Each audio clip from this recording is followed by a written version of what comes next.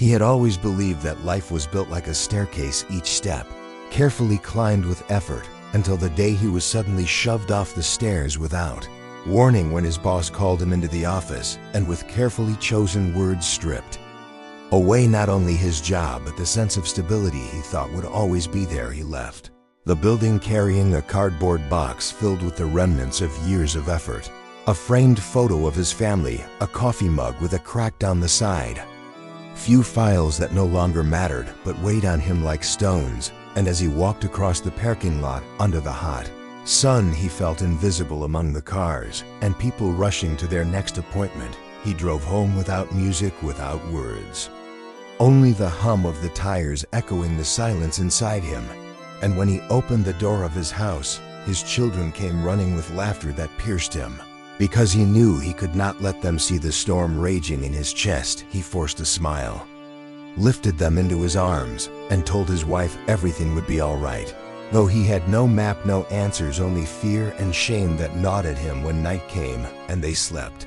He lay awake staring at the ceiling, unable to quiet the questions that pounded in his mind. What did I do wrong?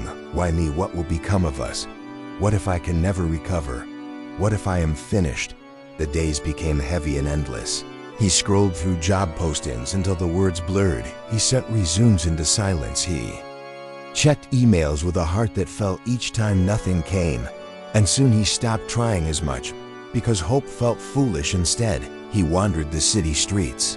Restless and tired of his own walls, he walked past stores where people carried bags full of things they wanted, past cafes where laughter spilled out like music, past offices where others sat at desks with purpose, while he drifted like a shadow one evening, the sky painted with the fading gold of sunset. He sat down on a bench in a small park, head bowed, hands covering his face, whispering words too broken to be called prayers. And it was then a voice spoke near him, asking, "Are you all right?" He looked up and saw a man worn by the street clothes, threadbare shoes barely holding together, beard unshaven, eyes tired but steady. This man who seemed to have nothing stopped for him, while countless others had passed without glance.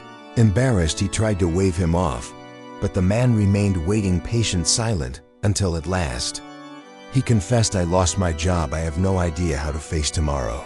I feel like a failure. I feel empty."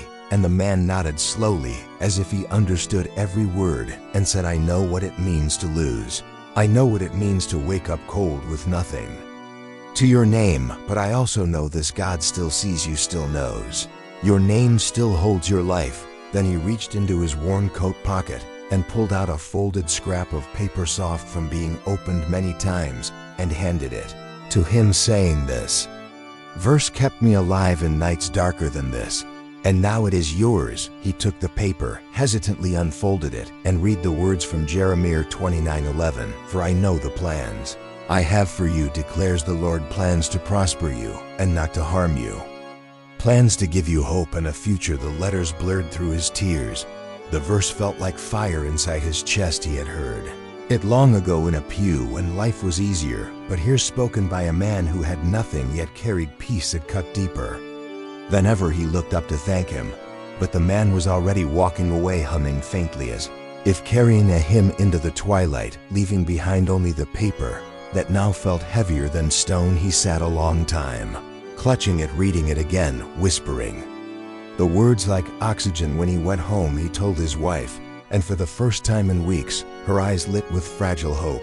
They held the verse between their palms as they prayed, and something shifted. Their prayers were no longer empty cries, sparks of trust. They pinned the verse on the refrigerator. They read it each morning, each evening, whenever despair rose.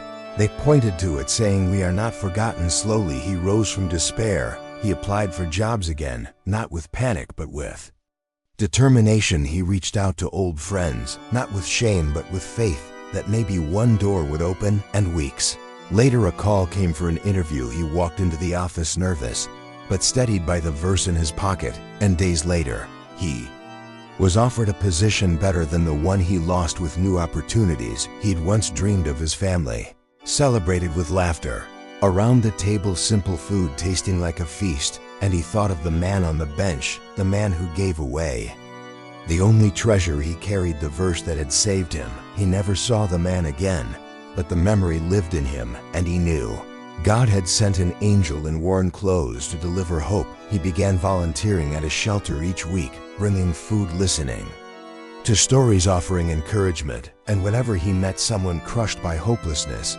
he pulled out a copy of the verse and said, "I once was lost too, and these words helped me see light again."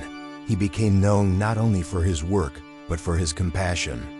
Because he had been rebuilt, not just with income, but with purpose, he walked the city differently.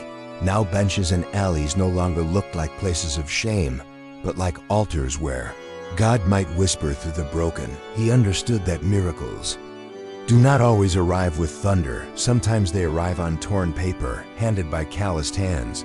His story is not just his own. It is a reminder to anyone listening now that even in ruins, God writes restoration. If you feel lost, if you feel crushed, if you believe your story has ended, listen carefully. It has not. The God who spoke through a homeless man to a weary father still speaks today through strangers, through verses, through moments you least expect. Your pain is not wasted. Your tears are not unseen. Your future is still written in hands stronger than despair.